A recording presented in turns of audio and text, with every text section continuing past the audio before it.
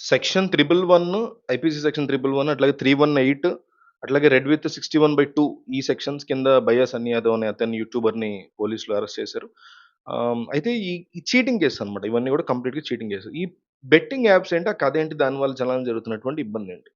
Different kind of scams దీంట్లో. బేసిక్‌గా ఏం చేస్తారంటే ఈ మధ్య మరీ పెరిగిపోయిందేంటంటే కాస్త ఇన్‌ఫ్లూయెన్స్ ఉన్న ప్రతి ఒక్కరు రూమ్ నిండా డబ్బులు పంచేసుకోవడం, ఏదో ఫేక్‌గా మనీ ఏసేసుకోవడం, ఈ డబ్బంతా నేను యాప్ ద్వారా సంపాదించాను కావాలంటే చూడండి అని చెప్పి యాప్ మీదకి కెమెరా పెట్టి అప్పటికప్పుడు ఏదో గేమ్ ఆడేసినట్టు అది వచ్చేసినట్టు. బెట్టింగ్ అనేసరికి మనం ఏమనుకుంటామంటే క్రికెట్ గాని, సాకర్ గాని ఇట్లా అనుకుంటాం. అట్లా కాదు. అందులో ఒక చిన్న చిన్న ఆల్రెడీ జరుగుతున్నటువంటి స్క్రిప్టెడ్ గేమ్స్, ఆల్రెడీ ఉన్న వీడియో గేమ్స్ లాంటివుంటాయి. వాటిలో డబ్బులు సంపాదించేస్తున్నట్టు చూపిస్తారు. ఇది ఎవరిని టార్గెట్ చేసి చేస్తారంటే వీళ్ళు ఒక 13 ఏళ్ల వయసు నుంచి 22 ఏళ్ల వయసు ఉన్న వాళ్ళు ఒక 90% పీపుల్ దీనికి ఖచ్చితంగా అట్రాక్ట్ అవుతారు. చిన్న పిల్లలు కదా! టీనేజర్స్ కదా! నిబ్బి నిబ్బగళ్ళు. ఈళ్ళు సో, ఆహ్, అట్రాక్ట్ అవుతారు. ఆ తర్వాత ఒక 22, 23 నుంచి వాళ్ళకి ఆల్రెడీ జాబ్ ఆ గోలలో ఉంటారు. అట్లాగే మరీ ఇప్పుడు నా వయసు 30, 36 ఏళ్ల వయసోళ్ళకి ఇది ఈజీగా బుసలేరా అని తెలిసిపోతది. కానీ ఆ ఏజ్ గ్రూప్ వాళ్ళకసలు తెలీదు దాని గురించి. సో, వాళ్ళకి బేసిక్‌గా ఒక రెవెన్యూ సోర్స్, ఇన్‌కమ్ సోర్స్ అనేది ఉండదు. ఇంట్లో వాళ్ళ పాకెట్ మనీ తప్ప. సో, దీన్ని బేస్ చేసుకుని వాళ్ళు దాంట్లో ఫస్ట్‌లో డబ్బులివ్వడం అది అలవాటు చేస్తారు వాళ్ళకి. జాయిన్ అయిన ప్రతి ఒక్కళ్ళకి అట్‌లీస్ట్ ఒక 90% జాయిన్ అయిన వాళ్ళు ఒక 90% మందికి వెంటనే డబ్బులు రావడం అనేది జరుగుతూ ఉంటది. సో, ఏం చేస్తారు మళ్ళీ సంపాదించడం కోసం వేరే సోర్స్ ఉంటది. వేరే ఆహ్, ఖర్చు పెట్టేసుకున్నోడు పెట్టేసుకుంటాడు అప్పు తీర్చుకోవడం. అట్లా కాకుండా మళ్ళీ వచ్చింది కదా! 2000 వచ్చాయి. మళ్ళీ నేను పెట్టాలనేటువంటి కైండ్ ఆఫ్ ఒక అంటే ఈ వ్యసనాలలో బిగ్గెస్ట్ వ్యసనం ఏంటయ్యా అంటే మందు, సిగరెట్టు ఇంకో దానికన్నా కూడా ఖచ్చితంగా బెట్టింగ్ అని చెప్పొచ్చు. ఇప్పుడు మేము గూడా బెట్365లో బెట్టింగ్‌లేసినోళ్ళమే. ఆల్రెడీ జరుగుతున్న ఒక సాకర్ మ్యాచ్ మీద, క్రికెట్ మ్యాచ్ మీద బెట్ చేయడానికిను అది ఇప్పుడు బ్యాన్ చేసారు కాబట్టి మానేసాం మేము గూడా.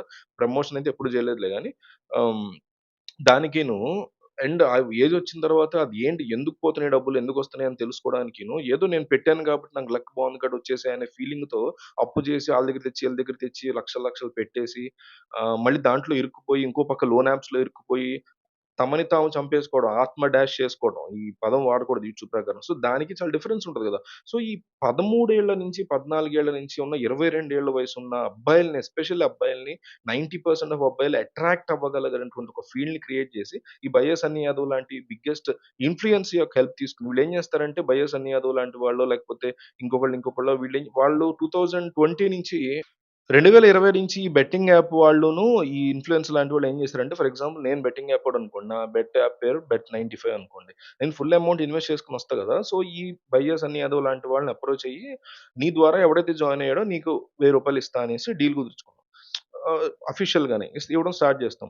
సో, వీడేం చేస్తాడంటే వాళ్ళ ఇన్‌ఫ్లుయెన్స్ అందరికి దీన్ని మించిన యాప్ లేదు. దీంతో భయంకరమైన డబ్బులు సంపాదించొచ్చని అబద్దాలు చెప్పుకుంటూ, ఎవడైతే రిజిస్టర్ అయ్యాడో వాడికి నేను 500 ఇస్తానని చెప్పేసి చెప్పడం స్టార్ట్ చేశాడు. సో, అట్లా బెట్టింగ్ యాప్ వోళ్ళు ఆళ్ళకి రూ. 1000 ఇవ్వడం, ఇతను ఆళ్ళకి 500 ఇవ్వడం. సో, జాయిన్ అయిన వాడు ఉత్తినే 500 వస్తున్నాయి కదా! అని జాయిన్ అయిపోతాడు. అదొక అడిక్షన్ లాగా. అంటే 90% మంది జాయిన్ అయితే అందులో కనీసం 70% మంది అంటే 90% మంది చూస్తే 70% మంది ఈజీగా దాంట్లో బెట్టేయడం స్టార్ట్ చేసి ఒక 30% పీపుల్ అన్నా దానికి అడిక్ట్ అయిపోయి ఉంటారు. అట్‌లీస్ట్ 20% 100లో 20 మందన్నా దానికి విపరీతంగా అడిక్ట్ అయిపోయి ఉంటారు. దాని పట్ల ఆడడం, అప్పు చేసి మళ్ళీ ఆడడం అని. అందులో ఆ 20%లో మళ్ళీ ఒక 2%, 1% ఆత్మ డాష్ చేసుకోవడానికి వాళ్ళు సిద్ధపడిపోయేటువంటి దారుణమైన పరిస్థితిలో కూరుకుపోబోతున్నారు. ఇంకో పక్క వీళ్ళు స్కామ్ దాదాపు 30,00,00,000 వరకు ఈ అబ్బాయి స్కామ్ చేసాడనేటువంటి అలిగేషన్స్ ఉన్నాయి. జాగ్వార్ కార్ గాని, భయంకరమైనటువంటి ఇల్లు కట్టడం గాని, ఇందులోంచి వచ్చినటువంటి డబ్బుతో ఇట్లా జనాల్ని ఇన్‌ఫ్లుయెన్స్ చేసి రాంగ్ ఇన్‌ఫ్లుయెన్స్ ఇదంతా కూడా complete negative and wrong and social మీడియాని ఎంత వరస్ట్‌గా వాడకూడదనడానికి బిగ్గెస్ట్ ఎగ్జాంపుల్ అన్నమాట ఈ వ్యక్తి. సో, 30,00,00,000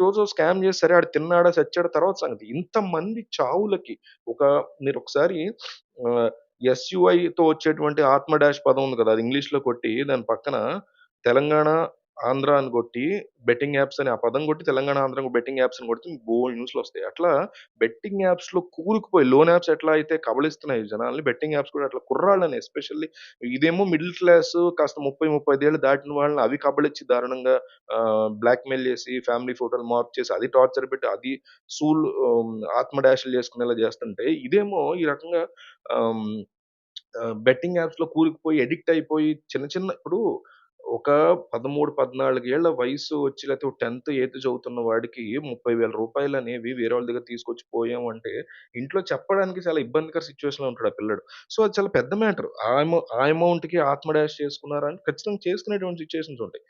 అది వాళ్ళ ఆ ఏజ్‌కి ఆ అమౌంట్ ఒక 1,00,000 వచ్చిందనుకోండి, లేదా 50,000 వచ్చిందనుకో చాలా పెద్ద అమౌంట్ అది. ఆ ప్రెషర్ తీసుకోలేక వాళ్ళు అట్లా చేయడం. సో, వీటన్నిటికి కారణం ఇట్లా వీటిని ప్రమోట్ చేసేవాళ్ళు.